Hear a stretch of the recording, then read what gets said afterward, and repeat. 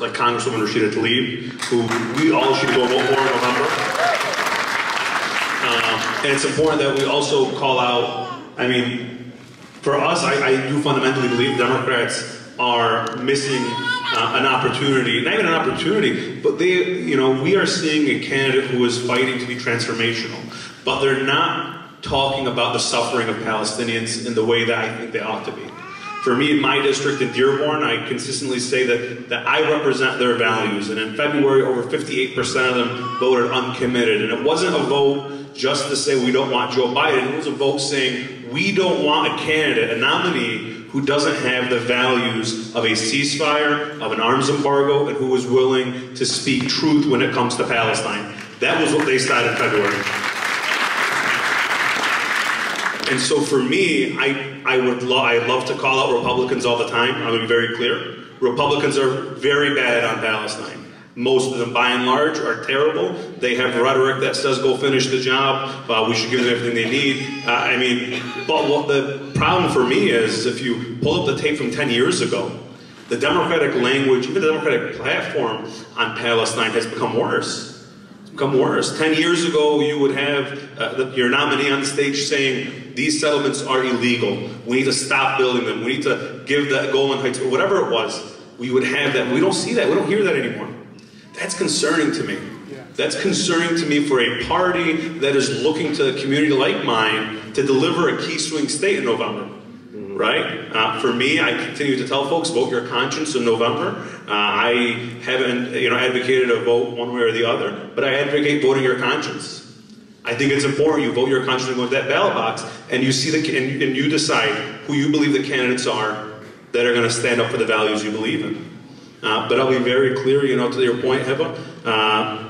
Conversations that I've been a part of, we keep pushing, and there's great, and conversing is awesome, right? Dialogue is good, but action is better.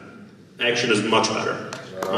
And that's what we're missing right now is tangible action. You can point at and say, you got the ceasefire done, you got an arms embargo done, you were willing to hold Benjamin Netanyahu, who is a war criminal, this man is a war criminal, accountable.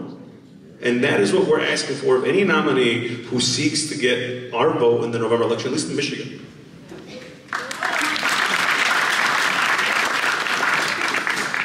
So thank you. That's a really important question. I think that we have all been grappling with it. And according to recent CARE polling, the community is really, really split on this. I mean, pretty much like 30-30-30. And there's a reason for that, right? Like, we recognize that there's an electoral college we have to worry about. We are being pushed into this binary choice, and it is awful. However, that doesn't mean we can't do anything about it. So I'm sure a lot of you have heard that at the DNC, we had offered a Palestinian speaker, and they had said no. And in that speech, there was an endorsement. But that was only on the condition that they allow a speaker, right? So I went back to Georgia, and we had already planned, like, we were planning on doing like a Muslim leaders Georgia event type thing. And I let the state director know. I was like, I don't really know how you expect there to be an endorsement, let alone an endorsement event, after the bare minimum wasn't even granted. And it really shifted the conversation, because for the first time, people in my state started to see the systemic racism that still exists, particularly on the national level, against Palestinians. So even though all of these things might seem like losses, for the first time, people who I've organized with and who did not understand why our community was even split on this in a binary election, why was this even a conversation? For the first time they went, you know what, I actually get it. And it went from them being like, we don't understand, to them now pushing the campaign on, they're not asking for a lot. These are our basic laws. We're asking you to stop breaking our laws. These are not really, really high standards. And for me personally, the way I view this election is, one, there's a ton of down ballot races, you guys. So many down ballot races across the country. We've got, I think, 5 state house races that are potentially flippable, 2 state senate races that are potentially flippable. This year we actually protected one of our state senators that got primaried because she stood with our community, and we helped her win 70-30. So we are sending the message throughout Georgia that not only is this the right thing to do, but this is the smart thing to do, and the politically expedient thing to do. And so when it comes to this election, again, for me personally, My goal is to continue to pressure the campaign in a way that I can, if and when they actually reach out. But the second piece of it is that I also feel a responsibility to remind people that whether we like it or not, we do have a binary choice come November. And what we do with that is up to each and every single one of us, and that's totally okay. There's nothing wrong with that. But the part that concerns me personally is how low our turnout has gotten over the past 6 months, whenever the first primary was around the country. The turnout in our community now is so low. And so what I'm seeing a lot of people say are things like, well, they're not even voting anymore, so I need to go find these other voters elsewhere. And if we want to make sure that nobody ever ignores us again, we have to ensure that we constantly show up, and show up strategically too. Even if it means to a losing election or whatever the case may be, you build power not from the top up, you do it from the bottom up. Because 3 state house races like mine is a state senate seat. 3 state senate seats is a member of Congress. And as you build that muscle, it's kind of like, you know, you're getting to lift like heavier every time. As you build that muscle, you can literally flip entire states and have a viable presidential candidate. That's how it goes. It's like a building block. And so I think, and I do try to like find the positives in everything. I think one, we've shown our muscle. The fact that almost 1 million people voted uncommitted, like it's hard to turn people out. The fact that people turned out to vote in protest is such a big deal. And anyone who tries to spin this is lying to you, because the reason Biden's not at the top of the ticket is because of all of you voting uncommitted. You can't spin that away. You can spin polls away, you can't spin votes away. So as we move forward, and as you talked about how like policy is shifting backwards, you know, even like our vote and like our, you know, we're all so dejected and angry for very good reasons. I hope you also remember that things are changing. That for the first time, there were 30 uncommitted delegates for Palestine at the DNC. There are now 300 ceasefire delegates around the country who are their own like mini political influencers that focus on Palestine. That's infrastructure around the country that we never had before, right? These are all state people. Not only that, but for the first time ever, there is a large coalition that is talking about Palestine in a way that they haven't before. That matters. And so, yeah, I don't, you know, come November, I will continue to hope and pressure that the campaign shifts and makes their commitment publicly clear, because no matter what they tell any of us, they have to make it publicly clear. I don't do secret friendships. I didn't do it in kindergarten, I'm not doing it like as an adult. But also, for us as a community, we need to remember we have power. And if we wield it strategically, no one will ever think about ignoring us again, but we have to be able to show that muscle, and we have to be able to grow that muscle. So every single one of us up here is on the ballot in November. When we say vote down the ballot, that's what we mean. You have to vote senator, you have to vote your House rep in Congress. You have to vote for us. But you know who else you have to vote for? Is school board. Who are they picking the teachers, hiring our teachers to teach our kids? We have to make sure that we cannot forget the candidates below the presidential candidates. That is so vital. When we talk about strategic relationships and being behind the scenes, every single one of us up here has a direct line to the White House. And every single one of us has called the White House and has had very difficult, stern conversations with the White House. And we will continue to have those conversations, and we will continue to hold them accountable. Now, in my community, I have literally been told multiple times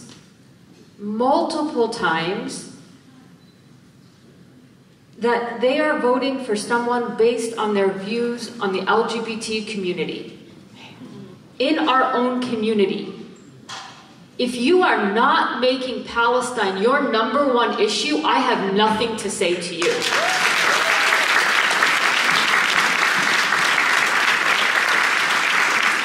If you think that you are worried about LGBTQ people sitting next to your child in school, but you're not taking into consideration the kids in Gaza don't have school, that is something that you will have to live on your conscience for the rest of your life. No matter how much we tell you. It is incredibly unfortunate that the protests in Colorado, there is a decrease in people who look like us. And do you know why? Because other allied groups have shown up more. When the LGBTQ flag is being waved at our rallies, that's telling some of the people in our communities that I cannot stand and I will not attend our rallies for Palestine. Again, I have nothing to say to you. If you cannot understand that just like us, we are facing a genocide. We are facing our children in schools being called twin towers. That their students, their fellow students are yelling at them, I'm gonna kill all terrorists. That their teachers are telling them to rewrite your roots essay and say Israel. If anyone is standing with us, regardless of their any other background, if we share this common value about voting your conscience, then we need to let them in, because we do not have the luxury of picking and choosing our coalition.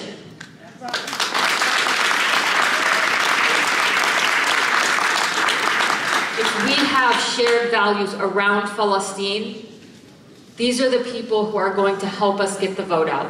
These are the people who are going to help us teach and educate our communities about this is what people down the ballot believe, and this is how we can help you vote.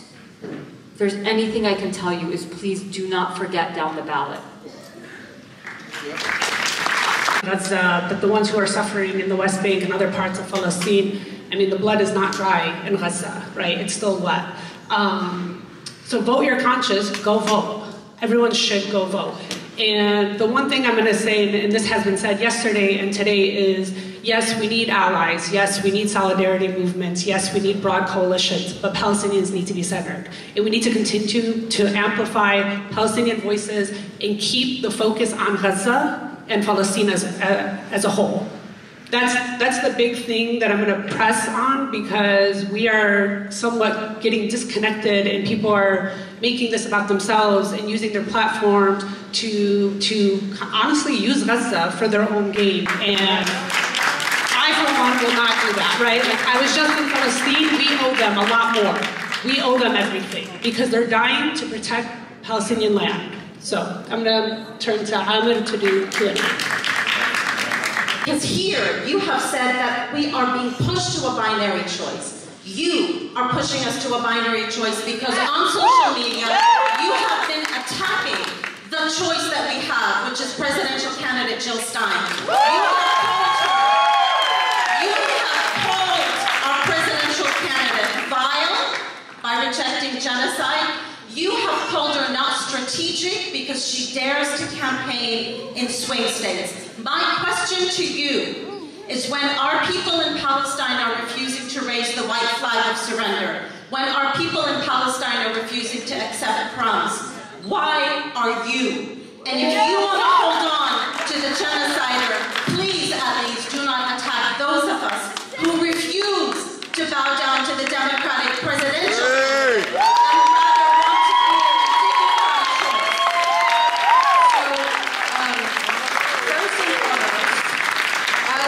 In my comments, there was an endorsement that was offered, but it was not given, right? There was a negotiation that was happening, and if you go look on anything I've written, particularly after the DNC, it has been very clear.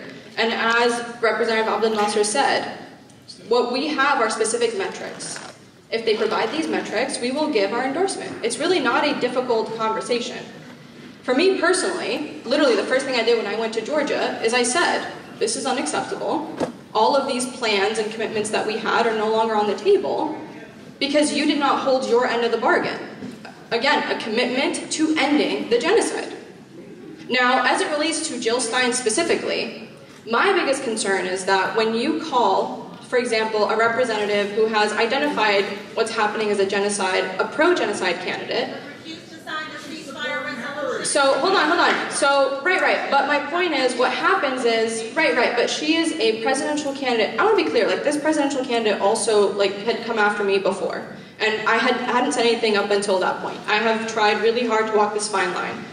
But my concern is that I really do care about making sure that if anybody wants to talk about this issue and say they are on our side, because again, if you say you're on our side, to your point, you're 100% correct. There should be a much higher standard and a much higher bar. That is my belief. If you say you're on our side, your bar has to be higher. And if you tell somebody, for example, oh, this person who is not pro-genocide is pro-genocide, what it does is it actually reduces our coalition. And it reduces the number of people on our side. I know it's not fair, but I want to be very honest. AOC Pelosi has continued to endorse Kamala Harris and refused to sign the ceasefire resolution. So, if that is not being pro-genocide, then what is? So, to be clear, we've had multiple members of Congress who signed the resolution, including those who allied with us, also endorse her. I'm not here to litigate like one member or another. My big focus has been mis and disinformation and how it plays into moments like this. I don't want our community to feel like everybody is an enemy and everyone sucks and everyone is the same. Because what worries me about that is then if you think everyone sucks and everybody is the same, then you're like, there's no point in engaging. And I've heard this at the doors. When we went canvassing, people said, everybody is terrible, what's the point of doing this? And I think we have a responsibility, to be clear, I want to be clear, only because I don't want us to fall into nihilism. I don't want us to give up the power that we have because because this is a disinformation campaign aimed at us. It is saying nobody is standing with us. And the problem is when you have candidates like us down ballot, and we go knock on someone's door and they say, you know, everyone's the same, everybody sucks, nothing matters. That's what it plays into. And that's my only concern. That's okay, I'm going to get back to my original plan. Our policy shift, as long as they allow you to be there on prime time and you were going to endorse Harris. That's disgusting. That's not a high bar. And my question to you is, how do you plan to maintain trust and credibility within the Palestinian, Muslim, and Arab communities when there is a perception that your support for Harris is at odds with events advocating for an end to the genocide in Gaza? Thank you. All right, back to the stage.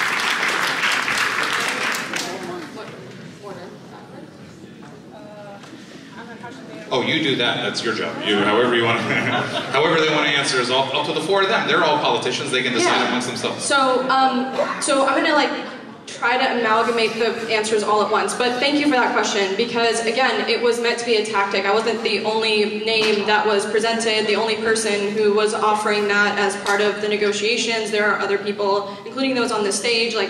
The whole point was to expose the fact that no matter what we could have done, no matter how low of a bar we set, the systemic racism is so ingrained, particularly on a national level, that it was still not going to be enough. And again, what that did is it shifted back the conversation because, again, we had gone from, there was this excitement of, all right, we have somebody other than Biden, you know, we're ready to go, and everyone just needs to coalesce. But the question on Palestine and what the next administration was going to do was still up in the air. And people kept asking, why are you still holding out? Why are you still holding out? It was an opportunity to literally expose what we had been worried about this whole time. And so, again, my speech was not supposed to leak. It leaked against, my wishes. It was not supposed to go out there. The way that everything went down the DNC was not supposed to go down the way that it did. That's just the reality. Now, to tie it into the question about AIPAC, though, because I do think that talking about lobbying and influence and voting, I think a lot of times yes, who we vote for matters and how we apply pressure matters. But I'm telling you right now, me as a sitting state representative, the things that matter and the things that push us that I've seen, it includes everything. The phone calls, yes. The emails, yes. But when you, for example, and the money and being able to catch your allies, when they get primary, do you turn out for them? Are you able to support them? Are you able to keep them in office? All of that matters. The other part that matters is that they set up consistent meetings with their members of Congress, almost monthly, is what I've been told. And they show up all the time, and they do different, meetings and things, because you're breaking the DC bubble. How do those two things connect?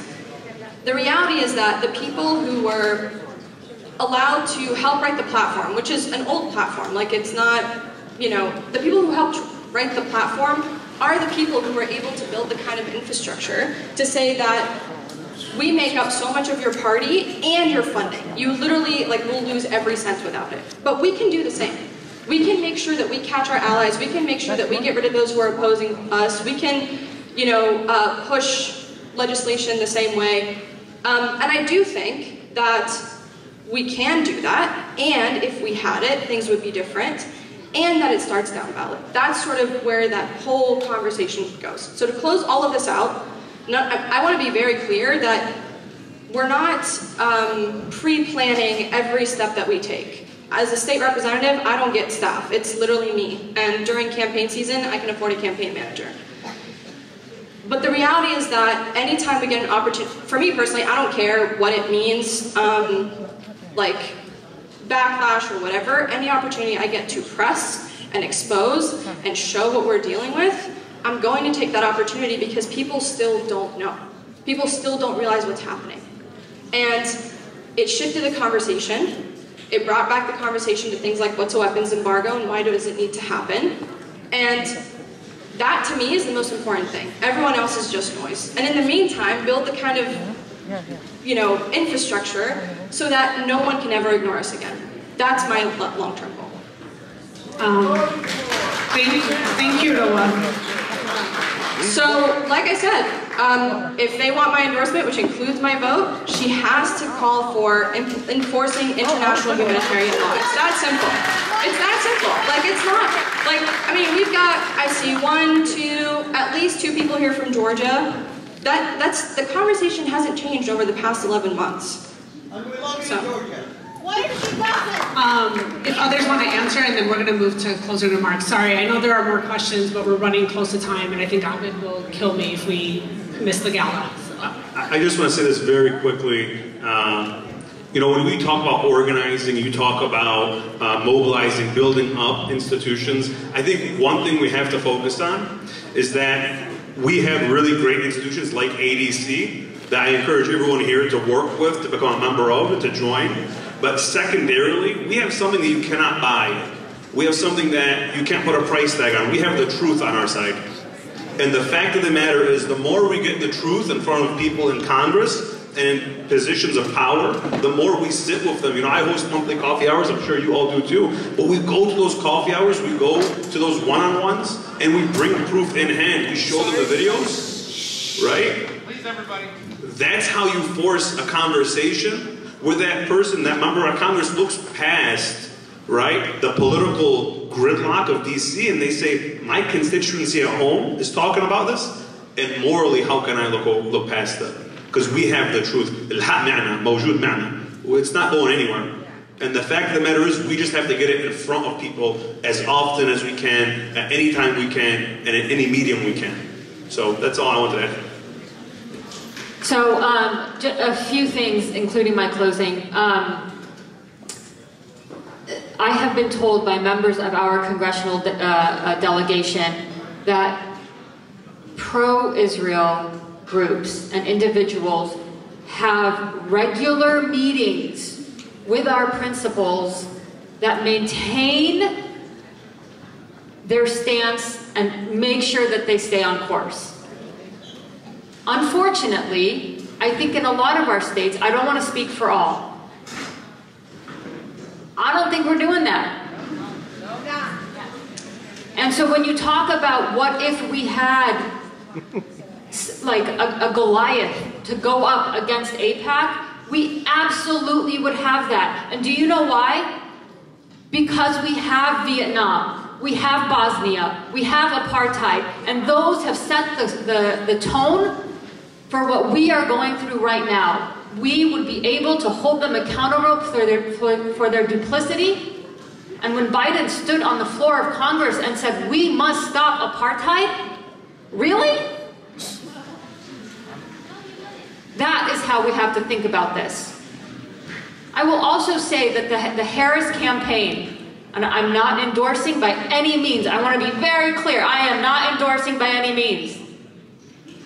She has changed her stance on very big issues from her vice presidency to her presidential campaign. Very big issues. We have, listen, We have. Guys, Let me finish. Can we let Iman finish, please? Please. You're right. You're right. The debate set the tone. The debate set the tone. Gets $5 million from you. Absolutely. But why are, let me finish. Please give me the respect to finish. This is my point, is that why don't we have $5 million to give to shift her policy? He said it. Why aren't we looking into ourselves, just like you have pointed out so clearly? I'm not saying I'm not putting the blame on us, but at the same time, we cannot expect change without the engagement and the money behind that change. My final closing is simple. I've been in conversations with Gaza genocide survivors in Colorado. And they said two things to me that will haunt me forever. She said the way I found out my house was destroyed was when my daughter saw it on TikTok. Can you imagine? That's how you see it. Kamala Harris, you're not getting it.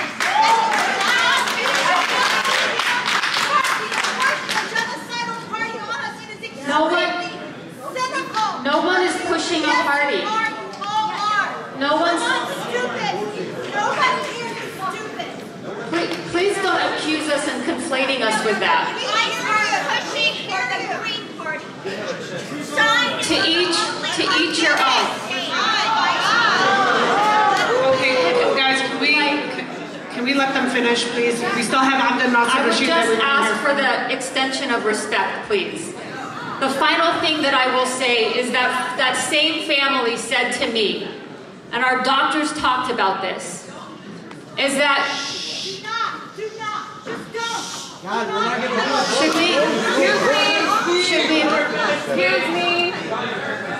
Our doctors mentioned this, and it was quite simple that I don't think a lot of us can swallow. Is that we see the devastation, we see the genocide, we see the killing, we see the starvation.